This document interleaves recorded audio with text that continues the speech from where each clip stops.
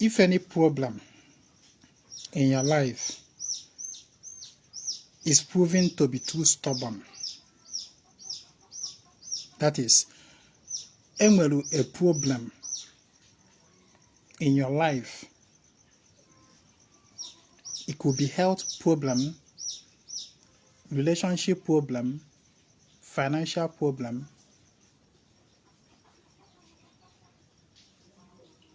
You are trying to get something and that thing is proving stubborn.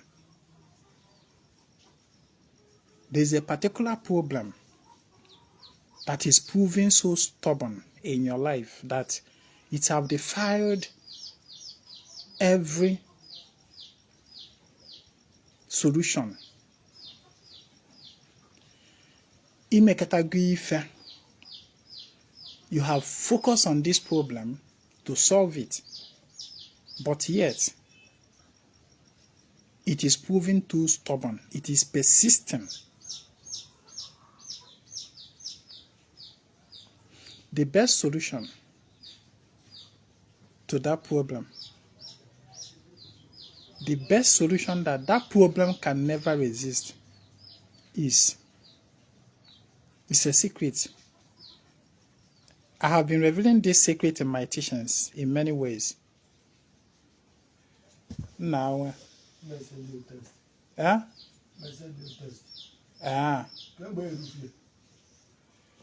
I can have Bashakon.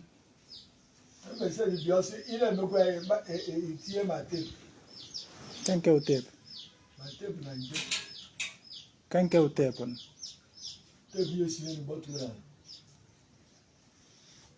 Jago da machaka ikuo.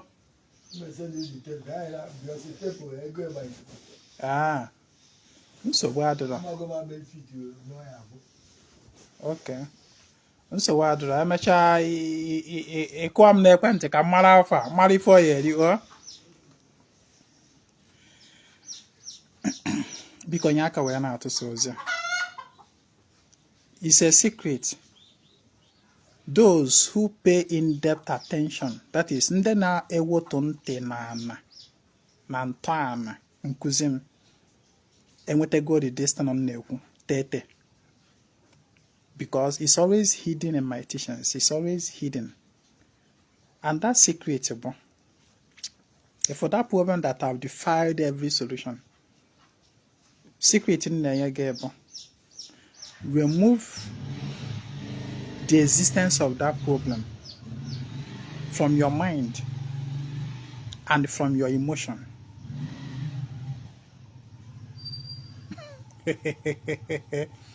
If for that problem that have proved so stubborn that niheni na na-eme ka solved or question any problem, financial problem, health problem, relationship problem, whatever be the problem, something you have been chasing to get and it's not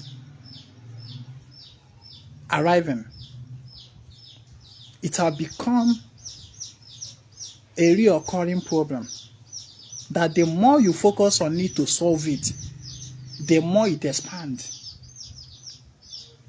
The lasting solution behind the problem. If you can be able to remove that problem from your thoughts, from your mind, if you can discipline yourself, your thoughts enough, your mind enough to stop dwelling, thinking about that problem, and consequently discipline your emotion to stop feeling that problem. Just these two things. Remove the problem from your mind and from your emotions. That problem will cease to exist. As in that problem, it will just it will die a natural death on its own. You see, there is one thing I have always been teaching us but not many pay attention.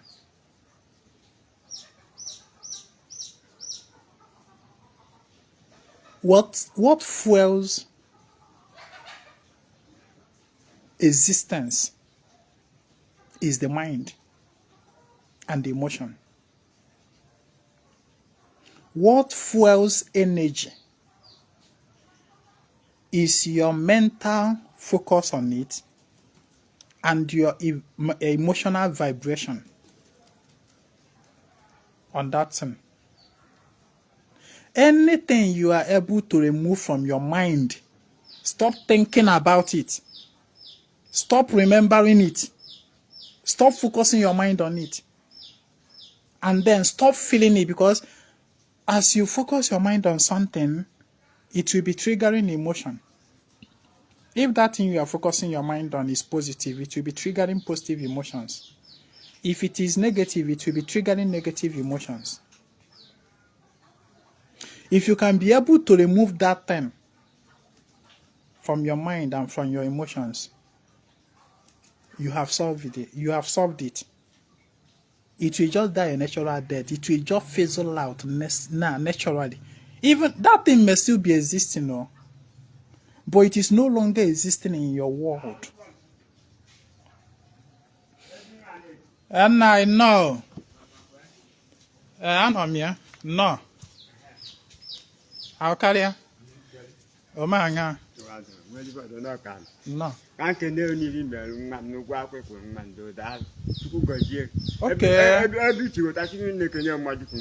He said that I'm Adam down myself. No. Oh, he's okay. Tata galaga, galaga.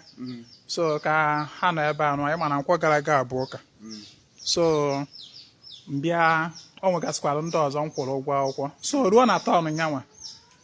So when I kwaziri m onye ọ sị m na ọgma shi dog. Amaghọdụ m so nsoro kwuzie wee kwụọrọ ya. Ise darụ ọ dị mma kenesha m mmedu. Ọ nọkwere? Kenesha m ya.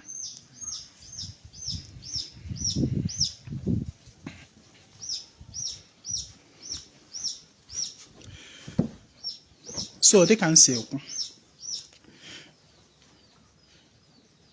whatever you continually sustain in your thought, it persists.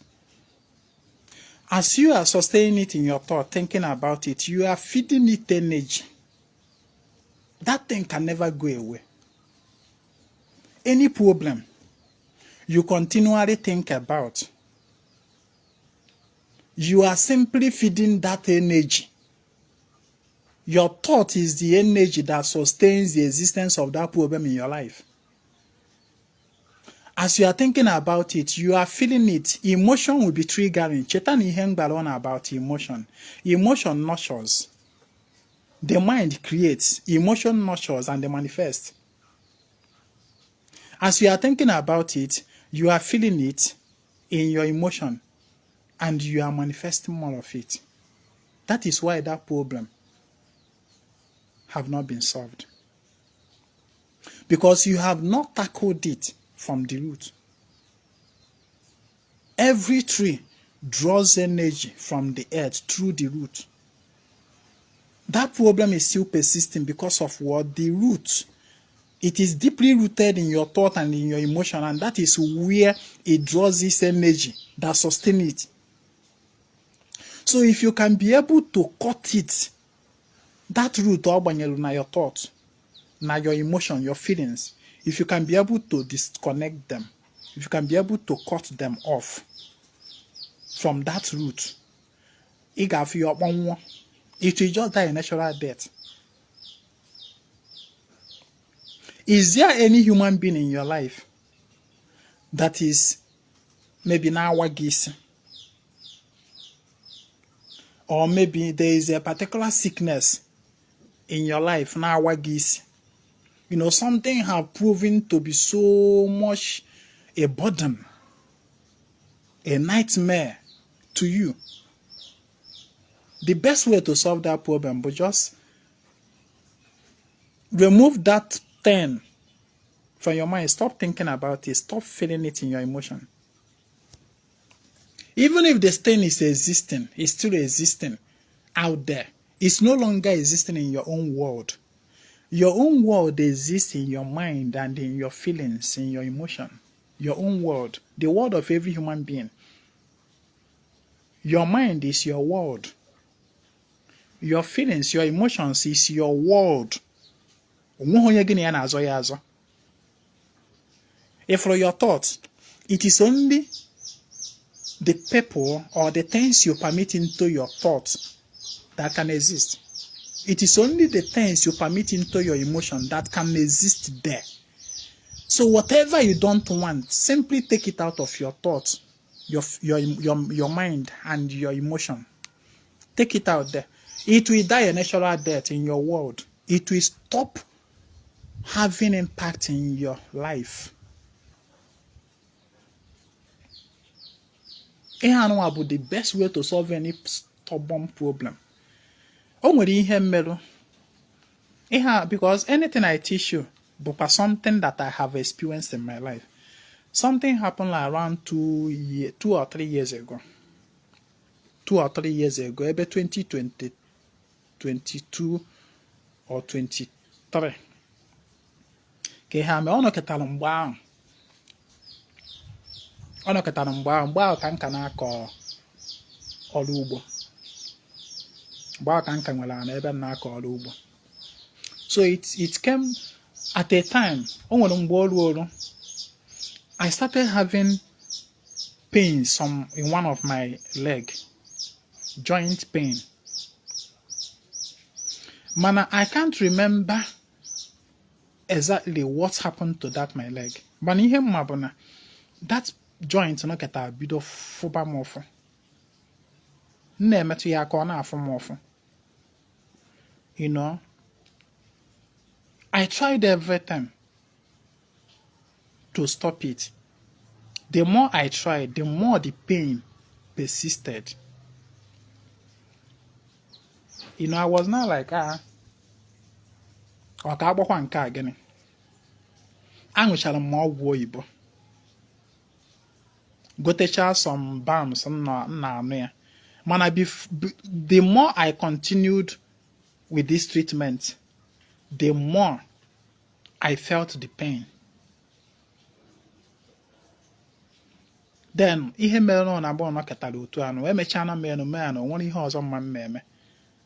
I then applied that higher consciousness. I decided to tackle it from the root, which is my mind and my emotions. First of all, I started with my mind. I stopped giving it attention, mental attention. I stopped thinking about that pain, that my leg. Maka mgbe ahụ nnọkịta otu anụ wee metụkwa m ya aka ka mmanụ ma ọ ka na-afụ m ọfụ. Ọwụ na the pain ka nọkwa there.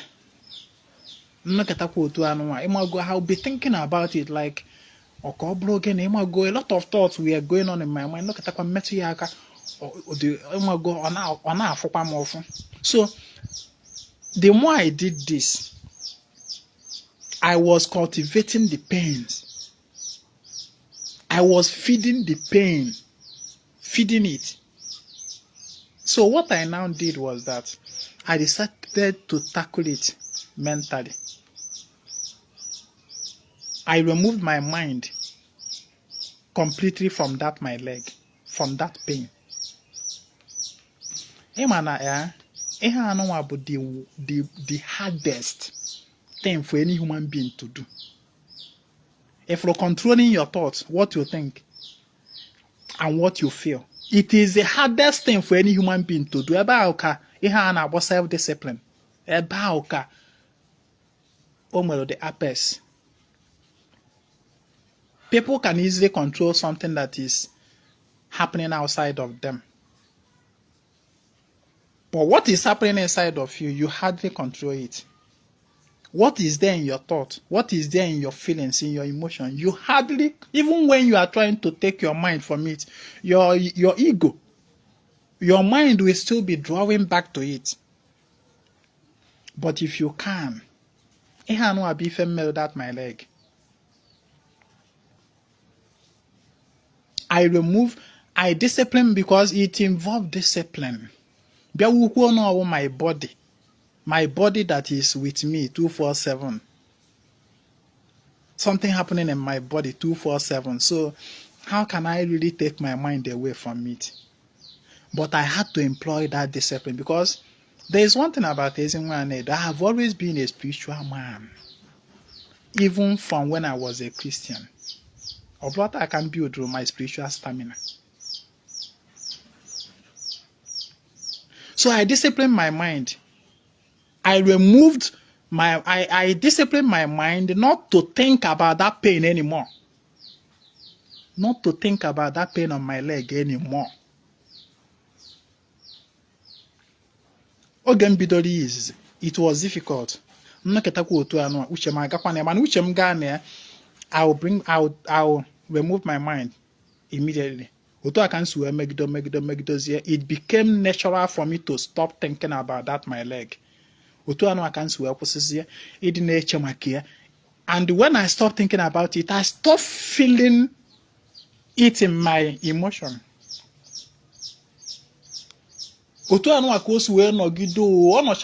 weeks or even months. Ezinwa Anaedo practically forgot. I practically forgot something that is paining me on my leg. I practically forgot. After months, one day, the balm ngotero. Mba can treat here. Adma for the fed. So there was the balm somewhere. What I go. So one day, when he name, we gonna bend to that balm. We get it. See, yes. No one bring this balm where me. That my leg, that my joint. I touched that my leg, that my joint. No single pain anymore. I mean, no single pain till today, till tomorrow. Otu aka the pain usiwena naturally. Njewa wodu that balm tufuwe. I discarded the balm.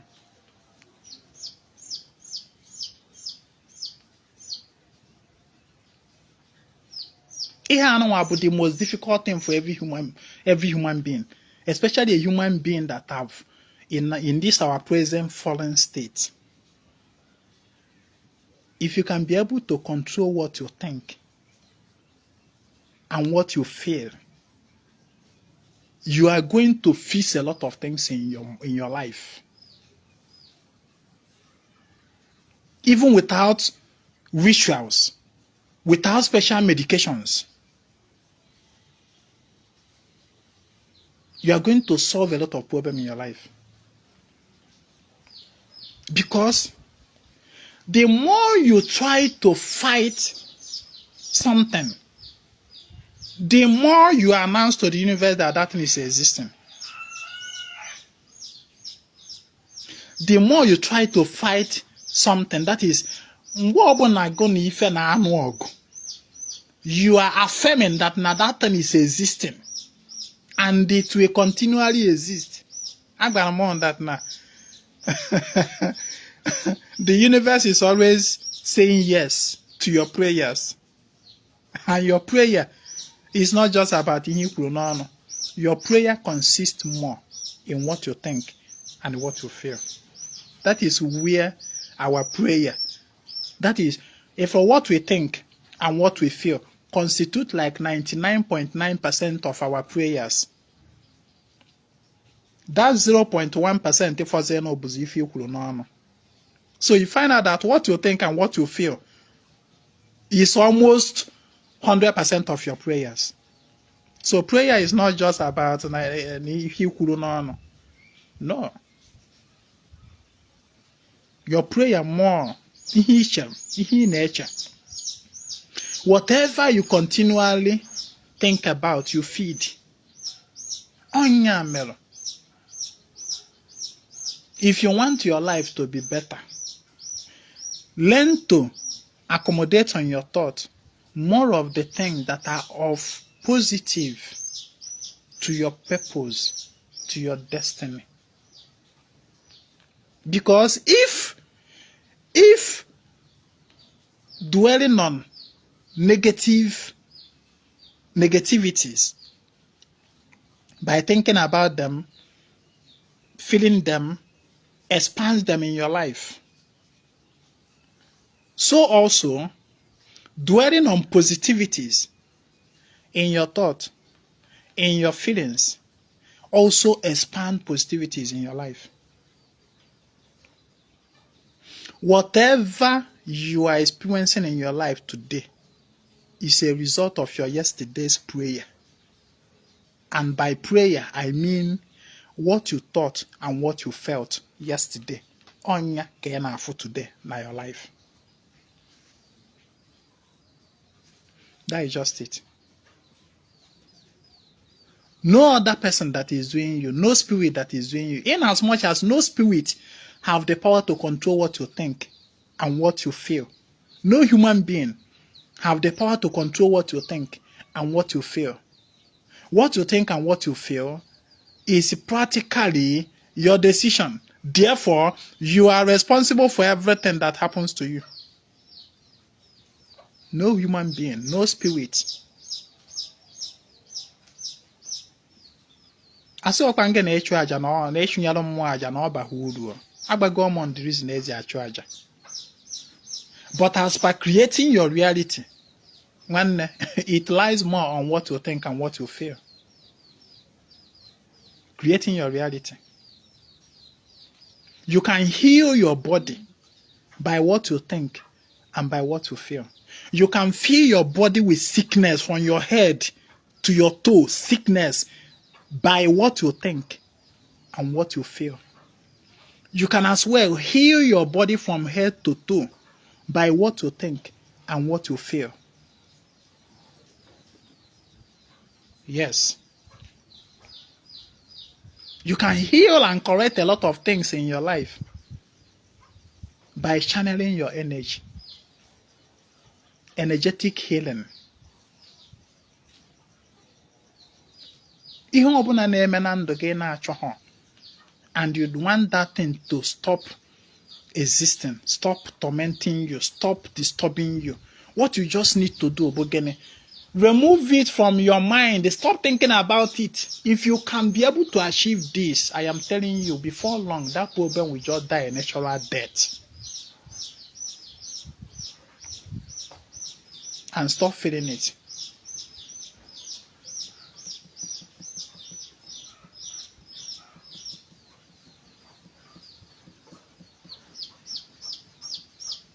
If you allow what is happening on the outside to get too much into your thought and your feelings, you can never be at peace. You can never know any progress. That is, you allow your life, what you think and what you feel, to be determined by what people do, what people say. Ihe mmadụ mere, ihe mmadụ kwuru. You are now thinking about it. Why onye a ga-eji wee gba m ifa? Why onye a ga-eji wee me ifa? You find out that in the secret of your heart, in the silence of your heart, when your mouth is shut, even when you close your eye, your mind is still ruminating over that thing onye ahụ kwuru, over that thing onye ahụ mere.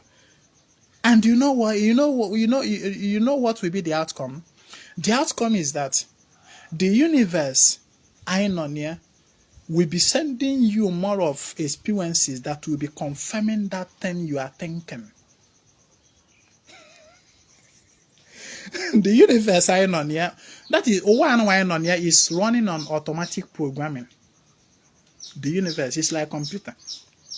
It's running on automatic programming. Your Facebook, your social media. Yeah. For instance, now, if you go to TikTok and you start following spiritualists, for example, spiritualists, maybe Ndedibia, people like us, once he get need email, just follow like 1 or 2 spiritualists in Arata. Before you know it, ịgbanyezi TikTok, he gonna afford TikTok gonna suggest again more of people that are on that category.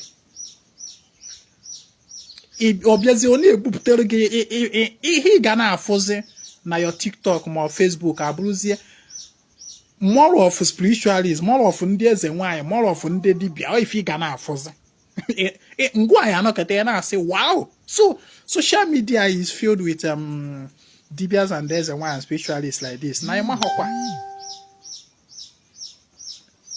for that, the algorithm of social media is programmed that way.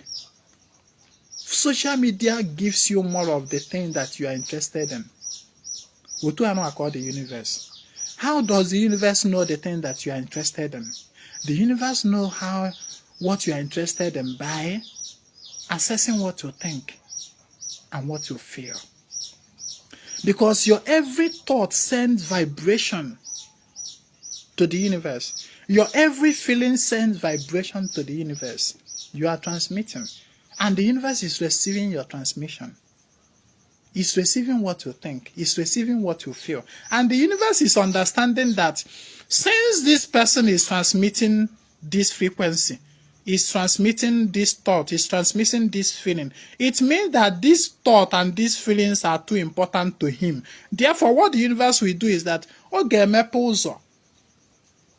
more of those thoughts are not biology, more of those feelings are not biology. You will be receiving what is it called?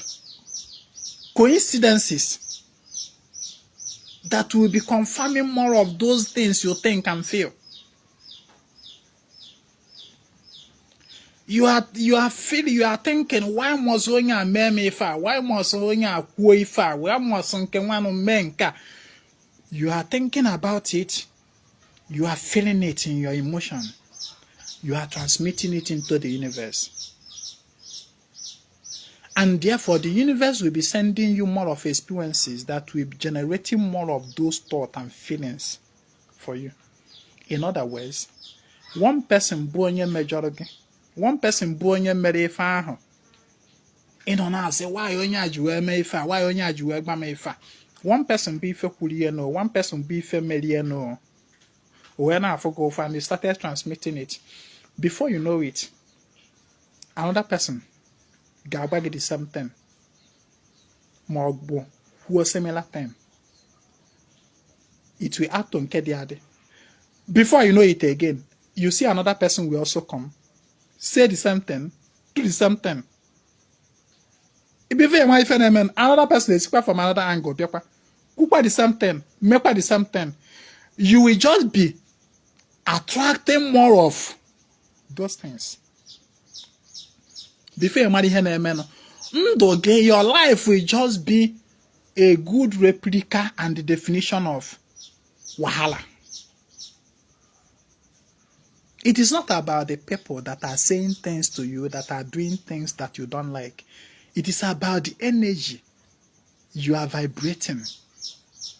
The fault is yours, not them. You are the one attracting them to yourself.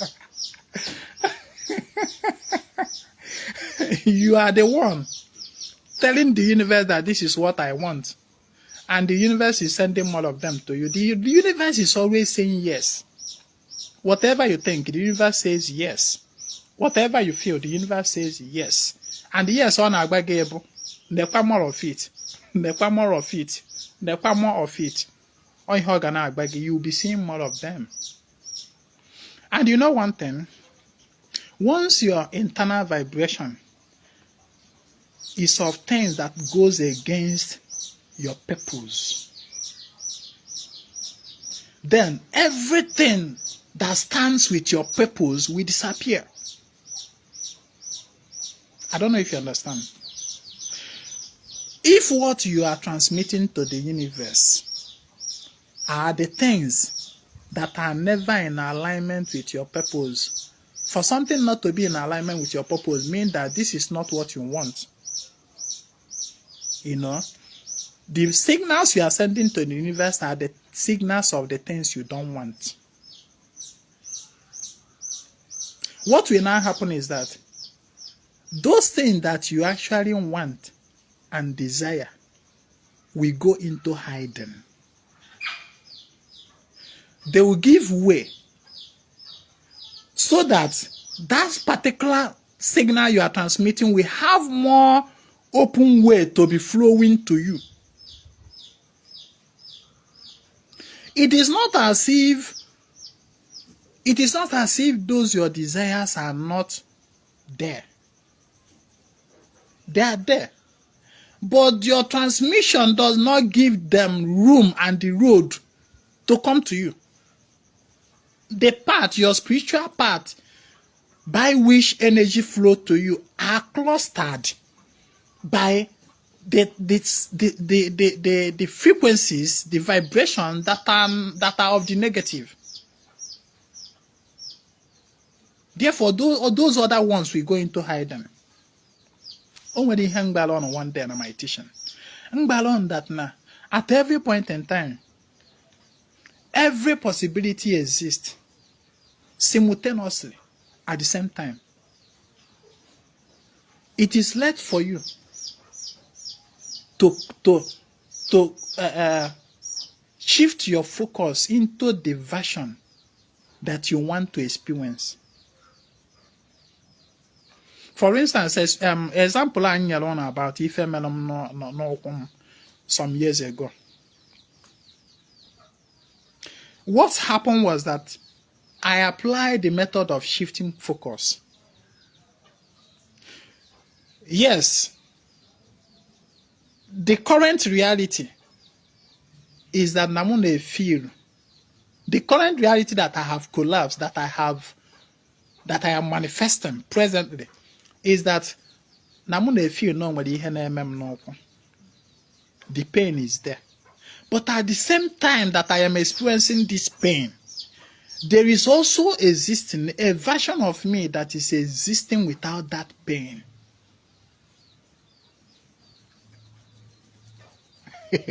In quantum physics, millions of possibilities exist at the same time, simultaneously. It is the one that you focus on that you collapse into reality. So what did I do? I decided to shift my focus from the reality that does not align with my purpose. I shift focus from it and I entered into the reality, the version of me that is having the experience of what I want. And when I did, I lost focus of that reality that I don't want. And naturally, that reality fizzled away, fizzled out, died a natural death. Anything you stop feeding energy will just die. Anything, any energy you stop feeding on one way. And how do you feed the energy? You feed the energy through your mental vibration and your emotional vibration.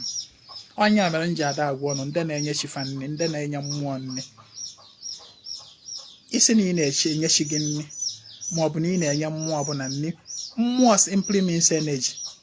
Any energy you are feeding and your mental focus is not there, your emotion is not vibrating in agreement, in coherence within her name, you will hardly see the result.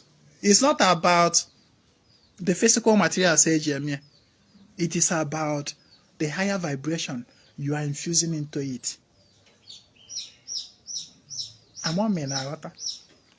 It's about the higher vibration you are infusing into it.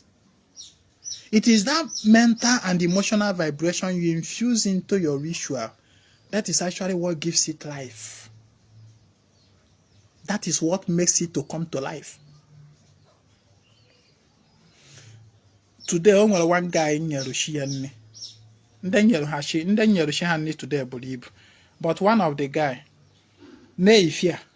The same time, something happened because normally like ndị go ọrụ social unu ga-achọpụta n'otu my pattern bụ nruo at certain point on that work of inye shige mkpọ gị na video call mkpọ gị na video call ịgbashigo okwu maọbụ ịgba mmụọ okwu ịghọtago ha mmesịkwa edowe m phone n'ụlọ ọrụ gaba. So when I was on this guy's work, akpọ m ya kpọọ ya na send ya ozi na WhatsApp. He didn't pick. So here mero na mo bia me short video clip. Send the area and say, a guy, I am at your work. Your work is ongoing. Just know.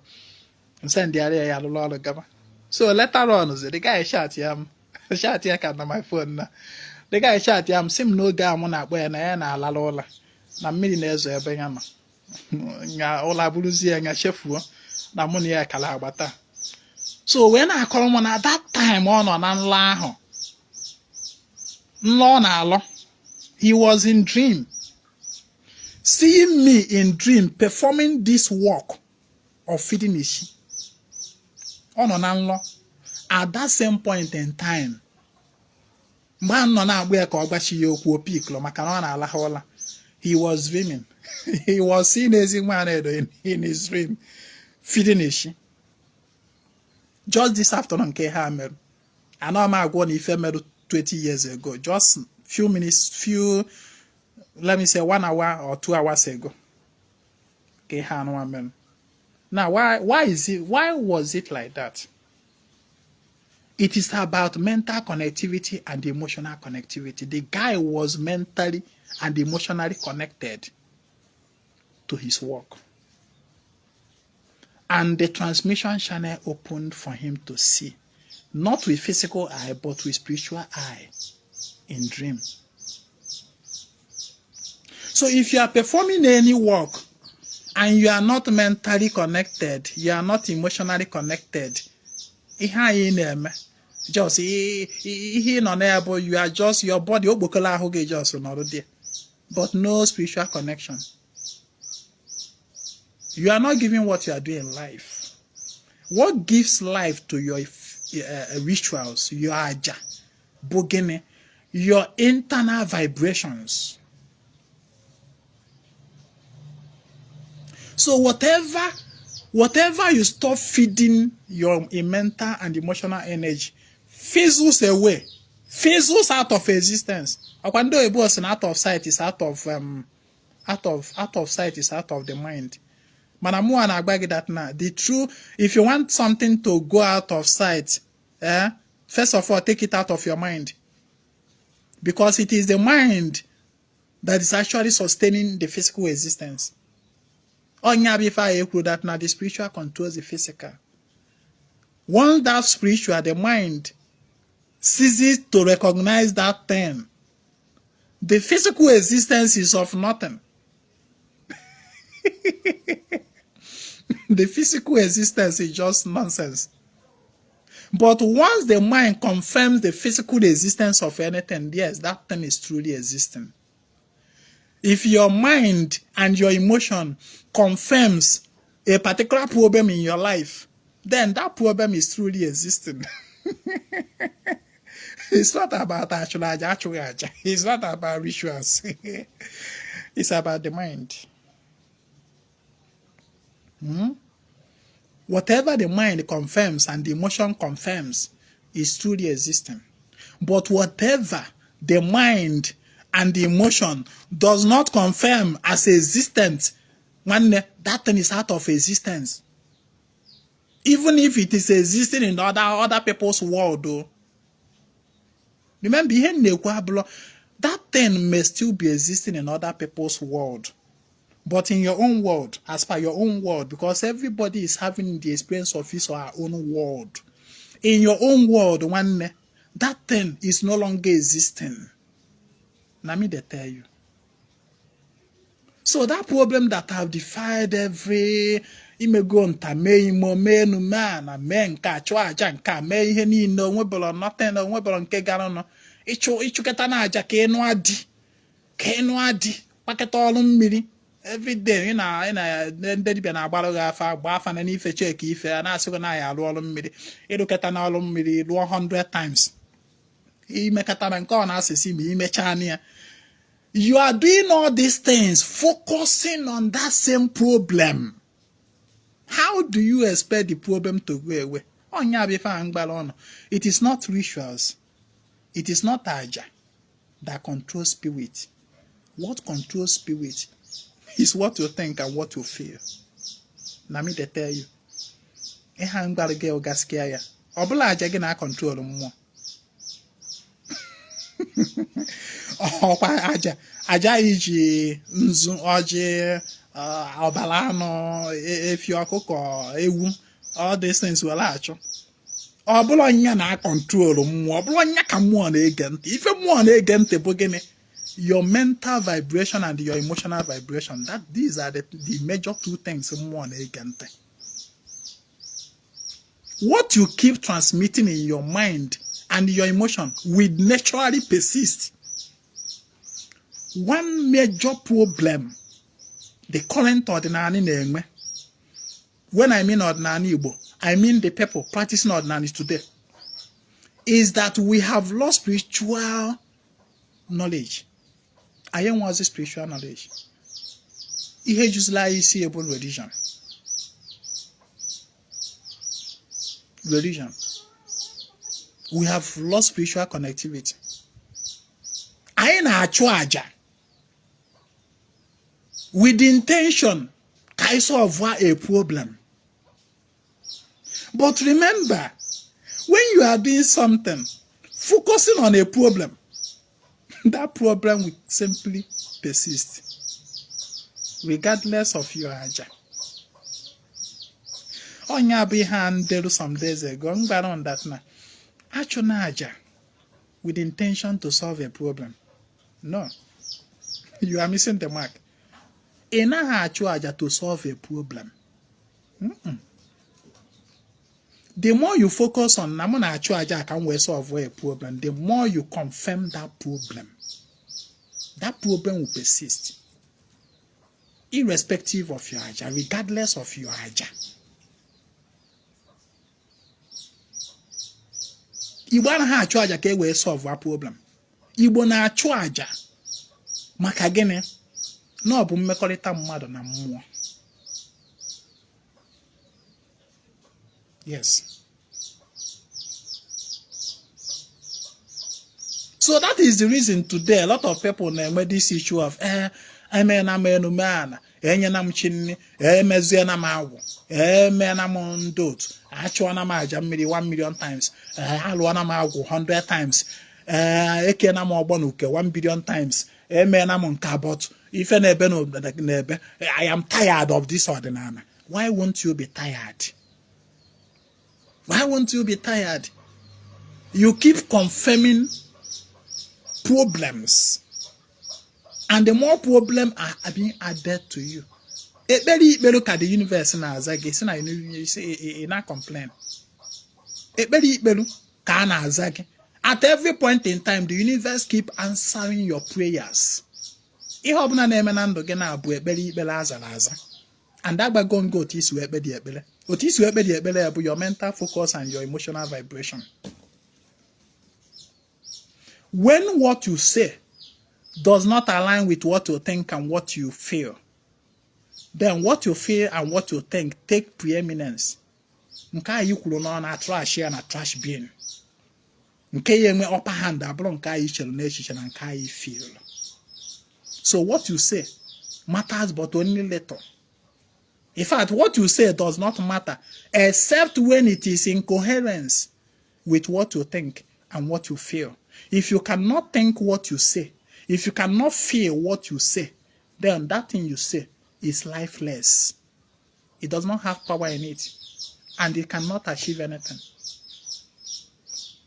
So when they stop a charger with intention to solve a problem, don't focus on problem. Don't focus on problems. And they practice mental exercises, spiritual exercises of redirecting your mind. If you learn to gain control of your mind, if you learn to gain control of what you think, and what you feel. When your problem in this life is 99.9% solved.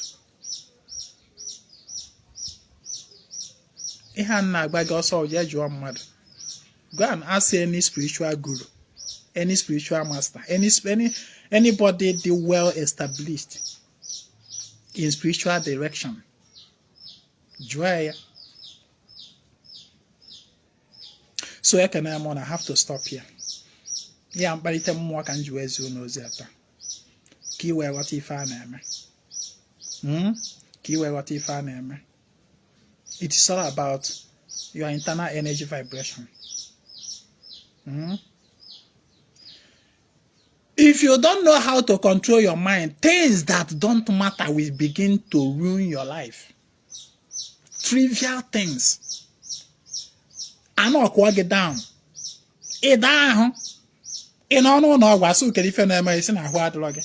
Because of what? You are mentally and emotionally focusing on something that is useless.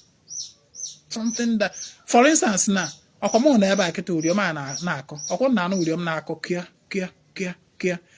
did you know that focus on my mind and my emotion? Do you know?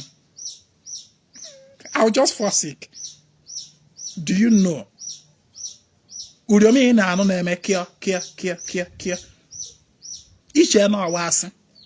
to market and buy urium. They were somewhere close to you. Focus your mind. Focus your mind, because the mind is the first. Focus your mind, your ears, your everything. Focus it on that you will start getting disturbed.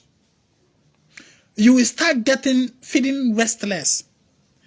We start distorting your emotion. Okay, produce negative emotion because of your mental focus on it. Okay, make a man comfortable in that environment. Yes. Okay, make you lose your mental clarity. If care is not taken, okay, make ibido feel fever. Malaria ma hebosi obiagena ahụ. Ife na-emegi abroda turium. Ife na-emegi ebu your mental focus. If onwe gị daa ahụ, eburu gị bujere ụlọ ọgwụ. Doctor say gin nekere ife na eme no. Isi ado urium. Man urium dilo onwe innocent. Did I pay attention to it until my mind moved towards it? That was when I started realizing that no urium here. But all the while I didn't know urium, but my mind have never recognized it. So as at those time not here that my mind did not recognize it, that urium was inexistent. That is, although inexistent, it was not existing until my mental focus now went to it, now confirm it that urium not here. So of which urium not here, but if I don't pay my mental attention to it, it is simply not existing in my world. Despite but it does not exist in my world because my mind is not there. My emotion is not there. When Malona, when on here, is largely controlled by the power of the mind, and consequently by the power of your emotion. I can acquire more. Nkuzi anyị wụ maka ndị nwere uche. Tata wonkwasaraka, we just concluded with today's on. Another Nkwasaraka comes up next Nkwa. Next Nkwa, that is 4 days of today. Nkwasaraka goes on every 4 days. No Ezinwa Anaedo. You want to go? Be part of it. Month of July ritual is still on. Be part of it. You want to go? See all these rituals. Back it up with your mental and emotional exercises that will help you to discipline your mind and your emotion, and carefully channel your thoughts and your emotion to things that align with your purpose. Even if you don't have everything, you will be satisfied, because it's only when you put your mind that how can man dissatisfied no matter the amount of him. It's all about your mind. So Ella and Nkwasaraka, chat me on WhatsApp 08032477868. 08032477868. That's my WhatsApp number. If you want to be part of our Nkwasaraka, you let me know on WhatsApp. If you want to be part of our monthly rituals, you let me know on WhatsApp. You let me know on my WhatsApp 08032477868. My name is Ezinwa Anaedo. I come for the total restoration of ordinary no men and Igbo. Help to share this message, please. Thank you.